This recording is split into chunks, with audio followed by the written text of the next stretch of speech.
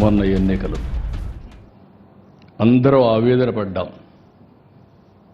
గీతం లాంటి one of the best ఇన్స్టిట్యూట్ని ఏం చేశారో మీరు చూశారు. ఇలాంటి ఇన్స్టిట్యూట్స్ రావాలని కోరుకునే సమయంలో ఇక్కడ డెమాలిషన్ చేసే పరిస్థితికి వచ్చారంటే చాలా బాధేస్తుంది. అలాంటివన్నీ మనం చూసాం. అయినా కూడా ఈరోజు ఇక్కడనే భరత్ కూడా ఉన్నాడు. కానీ ఆయన కష్టం ఇంకా లేదు దీంట్లో, ఇప్పుడిప్పుడే ప్రారంభం అయ్యింది. కానీ మూర్తి గారిని చూశాను. ఆయన ఒక చరిత్ర సృష్టించాడు. భావి తరాలకి ఓసారి ఒక్కొక్క చరిత్ర. ఆయన కూడా చూసి నేను అడిగాను ఒకరోజు, మీరెందుకు గీతం ఇన్స్టిట్యూట్ పెట్టారని అడిగాను. ప్రతి ఒక్కరి జీవితంలో, ఎందుకంటే ఈరోజు వెంకటేశ్వరరావు గారు రాసిన పుస్తకం ప్రపంచ చరిత్ర. ప్రపంచ చరిత్ర కూడా ఇప్పుడే వెంకయ్యనాయుడు గారు మాట్లాడినట్టు మనుషుల్లో ఆ సమయంలో కలిగే ఆవేశాలు కానీ, ఆ సమయంలో కలిగే ఒక ఎమోషన్స్ కానీ డిస్టర్బ్ అయినప్పుడు జరుగుతూ ఉంటాయి. ఈరోజు ఇక్కడ కూర్చున్నటువంటి గీతం యూనివర్సిటీ చూస్తే మూర్తి గారి రెండో అబ్బాయికి సీట్ ఇవ్వలేదు. ఏదైతే విజయవాడలో ఉన్నటువంటి సిద్ధార్థ ఇవ్వకపోతే నేను అడిగితే సీట్ ఇవ్వలేదు, నీకంటే పెద్ద ఇన్స్టిట్యూట్ పెడతా, గొప్ప ఇన్స్టిట్యూట్ పెడతా అని గీతం స్టార్ట్ చేసిన వ్యక్తి మూర్తి గారు. ఇది నమ్మడానికి శక్యం కాదు, కానీ ఇది వాస్తవం. ఆయన చెప్పిన మాటలుగా నాకు అలాంటివి చరిత్రలో చాలా జరిగే పరిస్థితి వస్తుంది. అందుకని భారత్ పైన కూడా చాలా బాధ్యత ఉంది.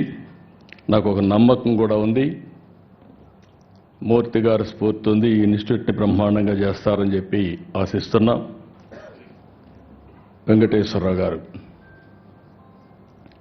ఆయన జీవితమే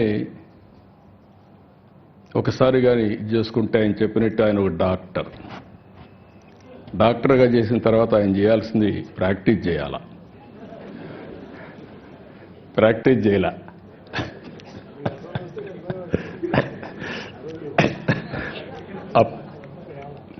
మంత్రిగా ఉండి డాక్టర్గా ప్రాక్టీస్ చేశాడు, అది వేరే విషయం.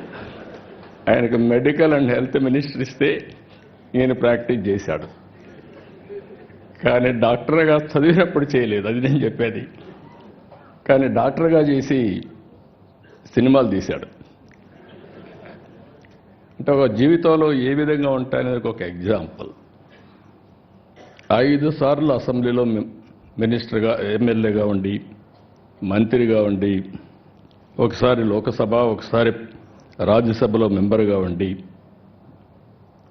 ఇలాంటి ఆలోచనలు చేసేవాళ్ళం.